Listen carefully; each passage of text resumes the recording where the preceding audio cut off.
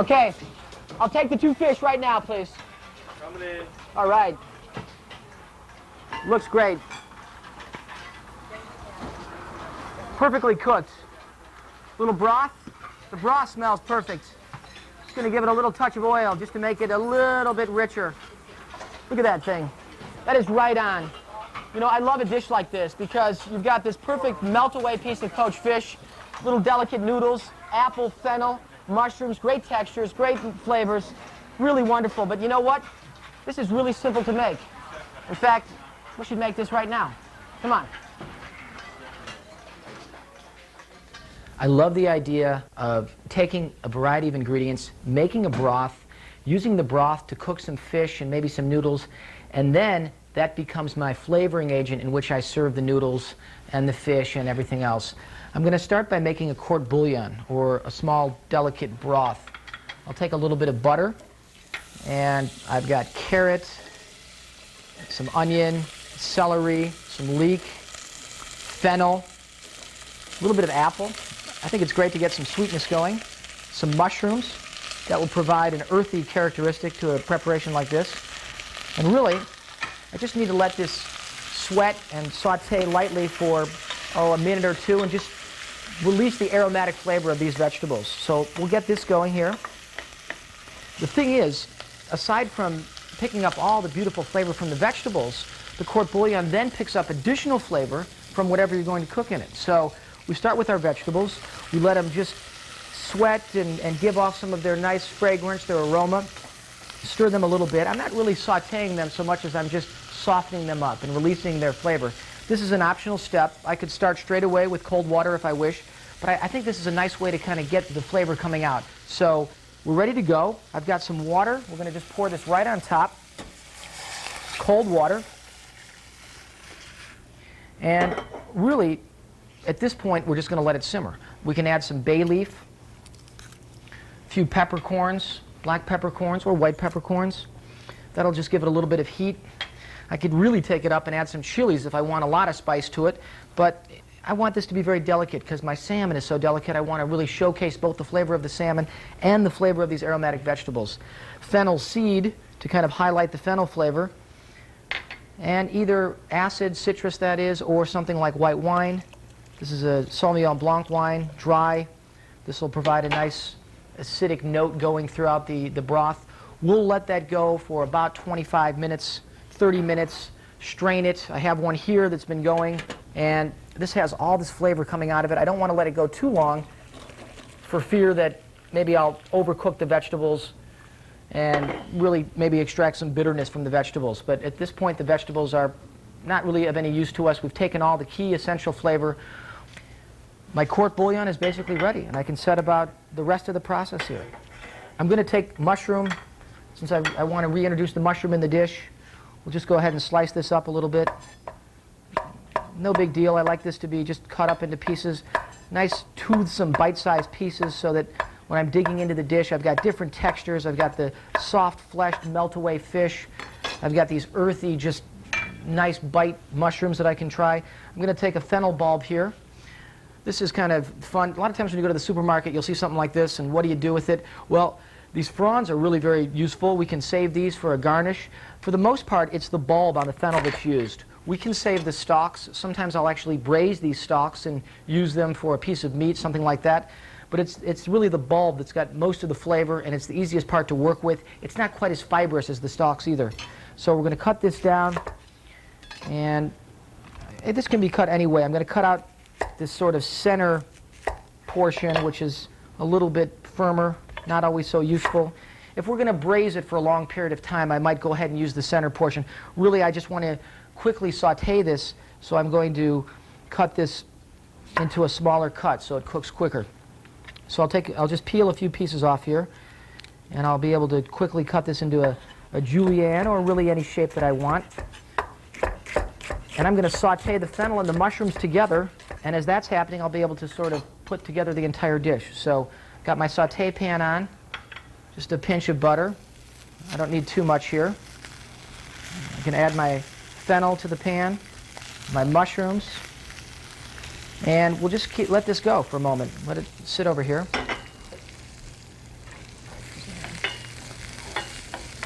In the meantime, I can work on flavoring my broth. Let me get that right up to temperature. Since I've got the fennel, and I want to reintroduce that sort of anise flavor, that very delicate anise perfume, a great way to do that is by adding some tarragon. Get it in here. It'll begin to release its volatile oil and give off that beautiful flavor. We'll add some salt at this time. We can always adjust the seasoning at the end right before we serve it. A twist of pepper. And I'll try this just to see if we're on the right track here.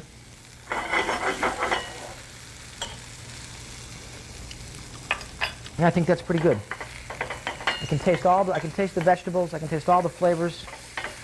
Keep this sauteed here. Turn the heat down just a little bit. I've got some pasta, some noodles that I've cooked off and then shocked in ice water to stop the cooking. Tossed in a little bit of olive oil. That can be done in advance, ready to go. I've got my fish ready to go. Salmon, just little pieces. You can ask the fish butcher to cut them down to whatever size. You can buy a bigger piece and cut it down yourself. This dish is actually great with shrimp. We could take some shrimp meat or even some chicken, do the exact same process. But salmon works really well because poached salmon is so succulent. It just melts away, and it's a great method to poach it in this fennel broth. So we're going to go ahead and season this. Salt, pepper. Some of this will come off in the poaching broth. That's okay. We can reseason it.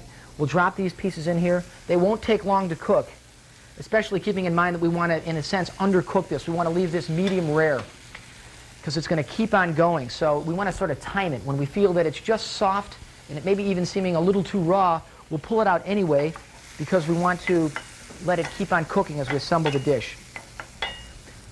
My vegetables are just about done.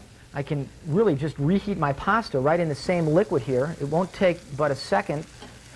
Now I'm making a version, I guess you could say, that's an individual portion. I mean, there are two ways to look at food. There's the individual portion, or there's serving something platter style or family style. This is just one way to do it. If I were serving more people, I would simply get more fish in the pot, get more pasta in the pot, and maybe serve a bowl of pasta on the side, my fish on one platter, my vegetables on another. People could help themselves. But to do this in an individual sort of plated preparation, this is how we're going to go about this. Pasta's in here, warmed through. We're just going to put a little bit in our bowl. Just a little mound, nothing too fancy. We're able to go ahead and place a few of our vegetables in here. They just have a little bit of color. And, you know, what's great is texture. And imagining you've got the toothsome al dente pasta. You've got these really nice earthy mushrooms. Fennel that's got just a little bit of bite to it. Lightly caramelized so we can enjoy its natural sweetness very nicely. And we can check our fish and see how it's doing. I'm sure it's very, very close because it doesn't take long. Yep, it's just on the rare side. So we're going to pull it out here and let it just sit for a moment. This will be a good opportunity for me to re-season the fish just lightly. No, I don't need too much because the broth is seasoned. Just a little bit of salt, a little bit of pepper. And I can literally just place my pieces of fish right on top of the noodles here. And, you know, we also added apple in the court bouillon. And one thing is to reintroduce the apple. And since we're going to pour hot broth in here, there's no need for us to really even cook this apple. It's kind of nice to enjoy apple raw anyway. And its sweetness, it's just going to provide a very, very nice note of sweet elegance to all of this. So we'll just julienne that a little bit. And I'm just going to strew a few pieces about the bowl. Now you see how quickly this comes together. Once I've made my court bouillon and cooked my pasta, really the whole plate just comes together in seconds. So I have my salmon with all my ingredients in the bowl. I can go ahead and add some of my broth to this. Great. I'm just going to pour it right on the fish and around the bowl. It'll keep on cooking the fish. And you can just see this aromatic and very delicate broth just sort of coming off the bowl. We can, if we want, add additional herb. The whole idea of working with one ingredient, getting its flavor, going back later, reintroducing it again, releasing the flavor at the last minute. That volatile oil that exists in the herbs. Beautiful stuff. Just sprinkling it about. And you know, we've saved some of the fennel fronds. Really easy to work with. Again, more of that beautiful, delicate anise fennel flavor. Kind of like working with fresh dill, these little fronds. Sprigs of dill. Same sort of thing, although certainly a different flavor. So we'll mince that up. And here we go. We sprinkle it on. Nice colors, very simple. It's very, very festive kind of a look here. I've got some olive oil. This is an optional touch. If I want to add richness to this dish, I'll just spoon some extra virgin olive oil around. Let it literally bead in the bowl, a little bit on top of the fish itself. And we've got some really nice flavors, just very harmonious together here. Kind of a Mediterranean-themed dish. The freshness of the apple sort of really giving a nice little burst of last-minute flavor. And here I am. So let me go ahead and just take a little bite here. And the mushroom and the fish. Let's see how that is. Oh yeah, nice and just perfectly cooked. A little bit translucent in the center. Very healthy, very tasty. I think we've got the dish. One of my favorite preparations for easy elegance is a smoked fish terrine. I've got a side of smoked salmon here, which is just luscious with its oil coming off. I've cut it into some little strips, very simple. They're the size of this terrine mold. I've lined it with plastic wrap. Going to start now by just laying the fish right into the terrine. A little bit of lemon butter, flavored with lemon and black pepper. I can smear that along the bottom. Just a little thin layer, almost the way you'd coat a piece of toast in the morning. The butter helps give it some flavor, and it helps just bind the terrine together. Continue on with a little more fish, a little more lemon butter. About 6 or 7 pieces here. Up to the top of the mold. Put it in the refrigerator for about 2 hours, just until the fish sets up with the butter. Take it out. I'm able to cut a piece. I like to leave the plastic wrap on here. It helps me because it's just barely set up. Not a heavy mousse, something very delicate and light. Remove the plastic. And for easy elegance, a great preparation for special dinner. You've got a smoked fish terrine. I spoon a little spicy vinaigrette on or a little Asian flavored sauce, and I've got a great dish. Since we've gone to all the trouble to make this very nice terrine, why don't we give it a presentation that's worthy of the effort that we put into this? We've got this gorgeous salmon terrine with the citrus butter ready to go. Let's cut a slice. My knife glides through this like it's butter. It's so smooth and simple. That's why we keep the plastic on, because it's just that delicate. It helps keep it together. So we're going to take a piece and plate it. The only thing that can, I think, really push this all the way over the edge is something like a beautiful caviar sauce. Let's make a little caviar cream. I have some creme fraiche, which has a very nice sour flavor to it. Not like heavy cream. It's got a richness, but it also has a really nice sour flavor, which is going to help just cut into the terrine ever so slightly, just to kind of tame the terrine a little bit. We're going to just thin this out with water, and then I'm going to add a big heaping gob of caviar. I've got Osetra caviar, and you can add as much as you want. So let's just spoon it on. This works great as well with salmon roe or trout roe or beluga, but Osetra is great. And I want to now carefully stir this in, not too vigorously. If I stir too firmly, too violently, I'm going to break the delicate eggs, causing the cream to turn a little bit gray. Need to taste this now. There should be enough salt here because of the caviar, but we may want to add a little bit of pepper. So just a twist of pepper right here, and this will be perfect. This is something we'd want to make at the last moment. I don't think we'd want to make this too far in advance because the caviar would begin to sort of release water and break down a little bit. But it just takes a second. We can just stir the caviar in right when we're ready to serve it. We'll just spoon that around the terrine. When you serve this, the guests are just going to go crazy. Just a nice little ring of the Osetra caviar sauce.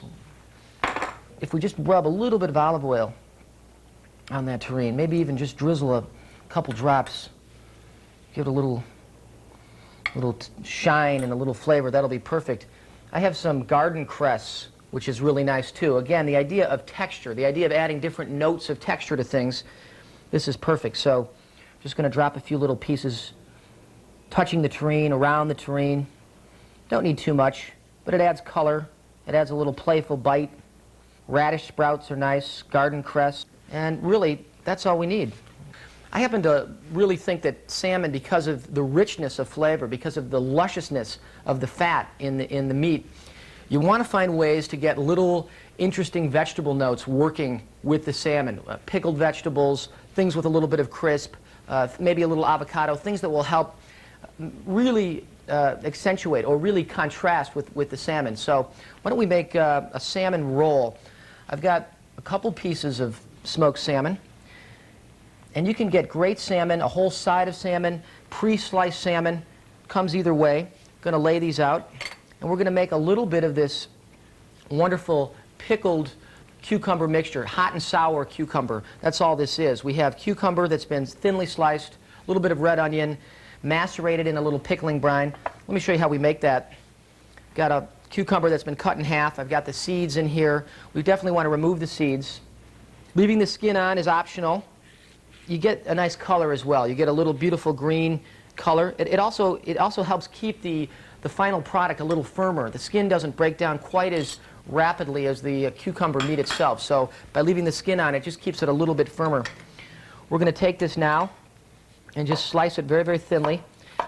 I don't like to go too thin when I cut this because we do want to keep a little bit of the texture, a little bit of the integrity of the vegetable intact. If it's too thin, it'll almost turn into something that loses all of its identity. So we're going to add the little pieces of cucumber. And we need a little onion product. Maui onion, Bermuda onion, which is what we have here, the red onion, Vidalia onion. Any onion that's got maybe a little bit more of a sweet quality to it is really nice for this. It's going to add a little bit of a bite, but not too much of a bite. And all we need to do is, again, like the cucumber, paper thin slices. Not too thin, but thin enough. And we're going to just add these, mix them together.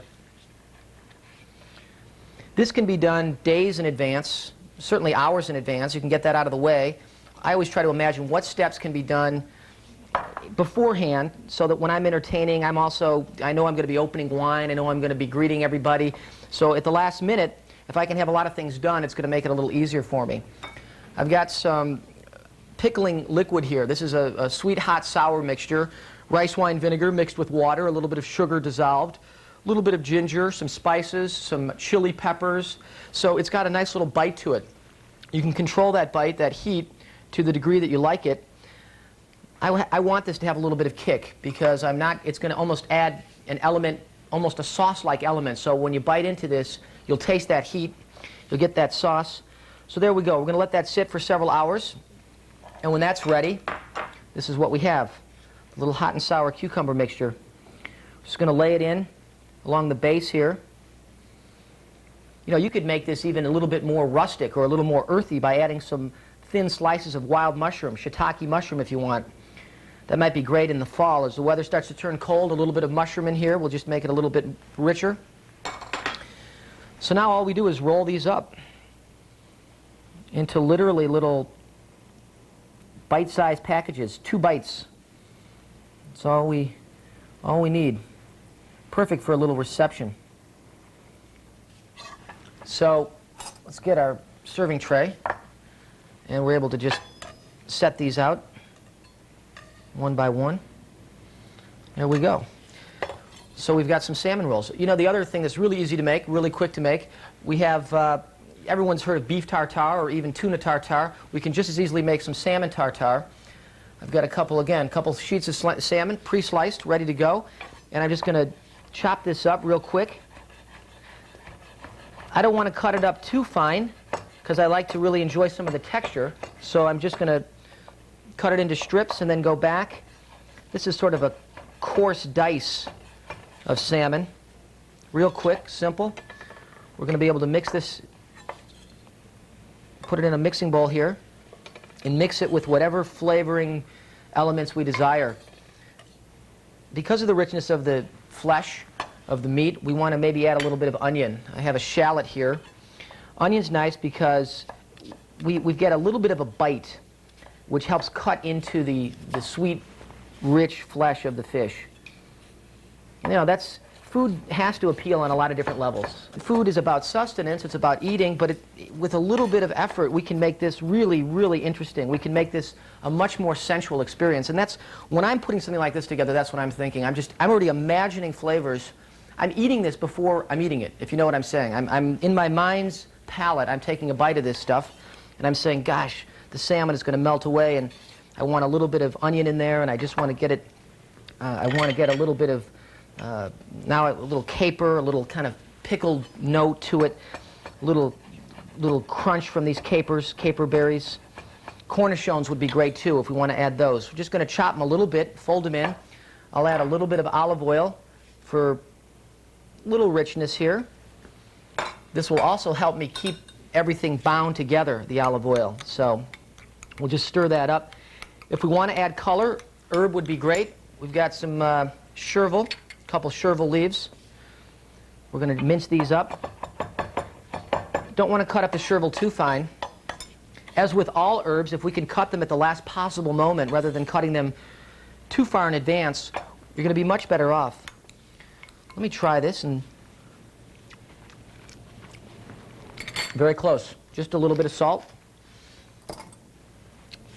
A little bit of pepper, I should say. We already have salt, I think, from the smoked fish itself. There's salt, but the capers provide a little bit of salt. So just a little twist of pepper is all we need. So that's ready to go. I've got some brioche croutons. I could cut these into any shape, a round shape or a square shape, but a little rectangle. Whole wheat works great also, as does just a simple cracker. Pumpernickel's also great. So salmon tartare with a little caper flavor and a little bit of onion. And we can maybe make a little quick Japanese type preparation, a little maki roll. So let's take our smoked salmon and lay it out on our sushi rice here, which is sitting on a piece of nori seaweed. Got a few little chives, which will add, like the other onion elements that we've used, we'll add a little bit of bite, not too much, also a pretty color. Wasabi, this is made with dried wasabi powder. It's simply reconstituted in a little bit of water. And it depends on how hot you like your food. It's like a lot of things. It's completely optional. I happen to like a nice bite with something like this because the rice is so tame, it needs to, I think, have something that'll perk it up a little bit, and wasabi will do that. We're going to add some avocado here, some thin little pieces. Avocado adds another element of lushness to this preparation. We'll just place these down here. We could pulp this up and almost make like a guacamole and just smear it in, but we've got some pieces here which are kind of nice. And all we really have to do now is roll this up, and that's ready to go. And again, this is one of those things that can be made a little bit in advance, a couple hours maybe before the guests arrive. Going to be able to take a nice slice here.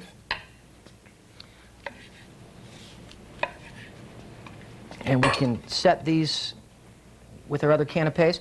If I want to give this another little twist too, I've got some wasabi tobiko. Tobiko is the flying fish roe, which just pops in your mouth as you're eating it.